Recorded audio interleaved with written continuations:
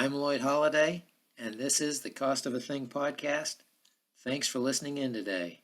The cost of a thing is the amount of time that you must spend working to buy the things that you want and need.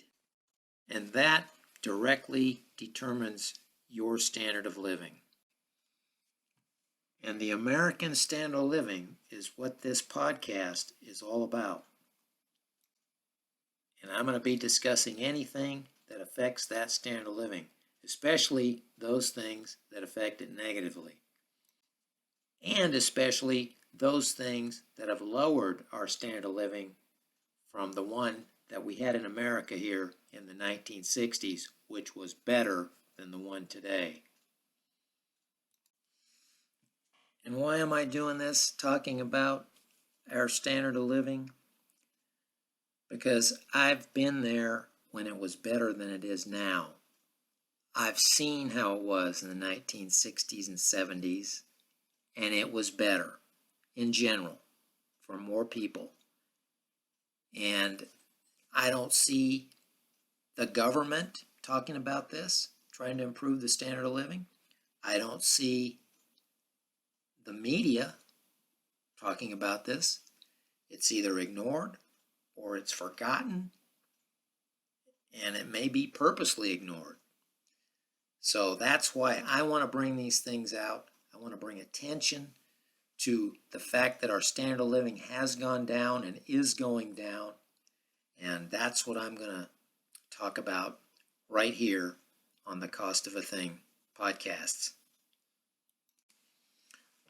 Okay, today I want to talk a little about what I think is the worst standard of living in the world, and then a little bit about what is, I think, the worst standard of living here in the United States. Well, I think the worst standard of living in the world would be to be a poor person living in a third world country. And we've all seen scenes of that, very, very deep poverty. You see people, they spend their day walking down to the river with a pot on their head so they can fill that up with water and have a little water. And then, a lot of the places don't have much sewage, and there's problems with disease and things. Those countries, they don't have a lot to eat. That is a very bad standard of living. And much of the world lives something like that. Most countries are third world countries, and that is probably the world's worst standard of living. Now, mainly I'm talking about the United States standard of living. That's where I live, and, it's been declining since the last 50 years or so, from the great standard of living they had in the 60s and 70s. As far as the worst standard of living in this country right now, I would say the homeless population, of which there are, I would say, a few million of those around the country that are homeless. They live in their cars, maybe. That's a little better. Some of them live right on the streets in tents. We've seen the scenes in downtown Los Angeles and Honolulu, in Seattle, the garbage and tents everywhere. Those guys have a very low standard of living.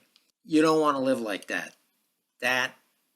A lot of those guys are drug addicted, or they're alcoholics, or they are mentally ill. Some of them are going through other tough times in life, divorces, or somebody died and they really just got into a depression, a mental depression, and they wound up there.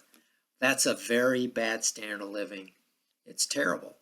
Now, these guys, being in the United States, they're probably getting some kind of aid, at least food. Maybe they get a little money from the welfare division. Maybe they get some other services in these cities. But it's whatever they're getting, it's still not the way you want to live. It's a terrible way to live, terrible standard of living.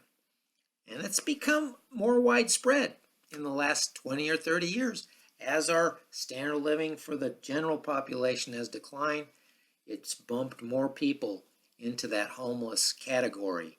It's going to continue to grow, unfortunately. So the second worst standard of living in the United States today, I think, is someone who's got a place to live, maybe through some government program, some housing, Section 8 or something like that.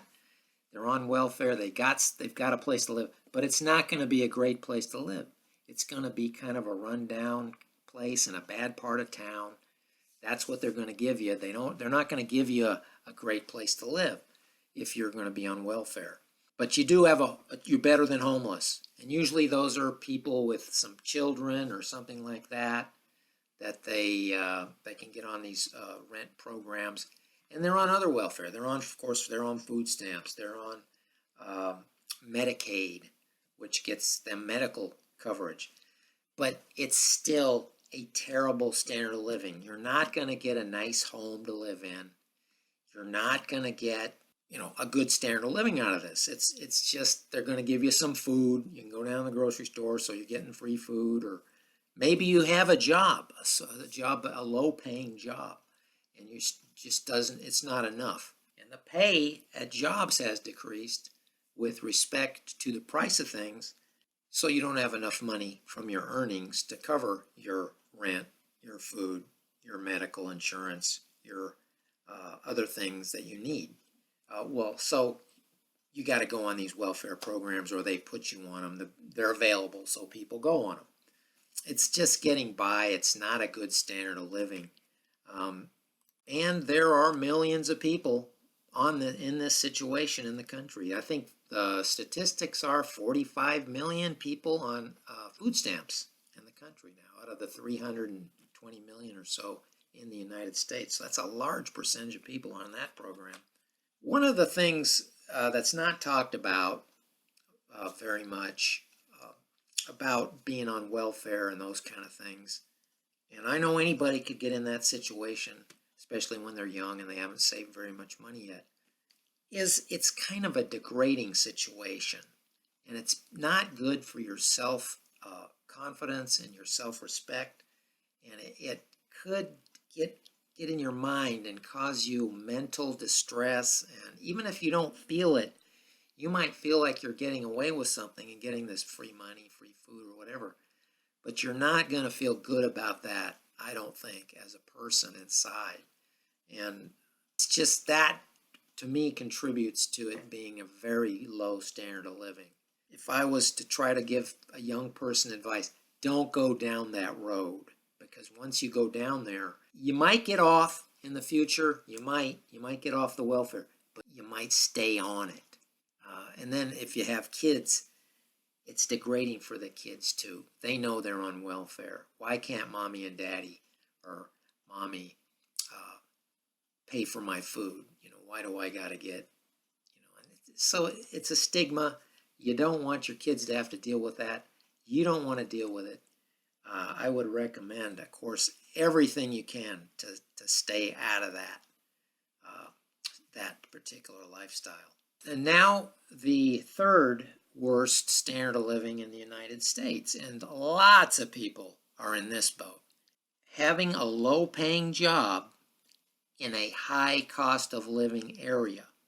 So this is like a person or a girl or a guy, whoever, who's got a minimum wage job, or even a job that pays $15 or $20 an hour, and they live in one of these major cities like San Francisco, Seattle, Boston, New York City, these high cost of living areas, and you're making $15 or $20 an hour, or you're even on minimum wage and working 2 or 3 different jobs trying to make it by. That's a very low standard of living. Now that $15 or $20 an hour job, if you moved out away from the city, that might be provide a good standard of living for you. If you could get the rent prices would come down to where it would only take a quarter of your income or so, and you might not be too bad off. But when you're in these high cost of living areas, that is not enough money. Once they take out Social Security tax and whatever other income tax, and you pay your sales tax whenever you buy something, it whittles that money down. And if you make $20 an hour, That's if 40 hours a week, even if they give you 40 hours a week, you'd be making $800 a week. And then once they take your taxes and all that stuff out, you're probably down to $600 a week. Well, you can live in some parts of the country okay on that amount of money, but not in those expensive cities, not in San Francisco, not in Los Angeles, not in a decent neighborhood, especially. So it's gonna push you into those poor neighborhoods where there's more crime and violence. That's the third worst standard of living in the United States. So those are the three worst in the United States and the worst in the world, basically being poor in a third world countries, the worst standard of living in the world. And then in the United States, the three worst standards of living are, of course, being homeless. And then second worst standard of living is living on a lot of welfare. Third worst standard of living is having a low paying job in a high cost of living area. Okay, I'm going to wrap this up.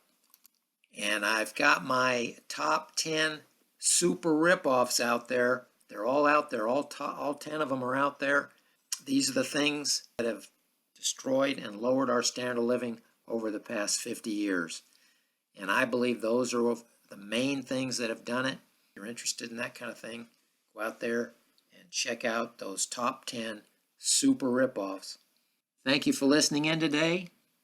And until next time, this is Lloyd Holiday signing off.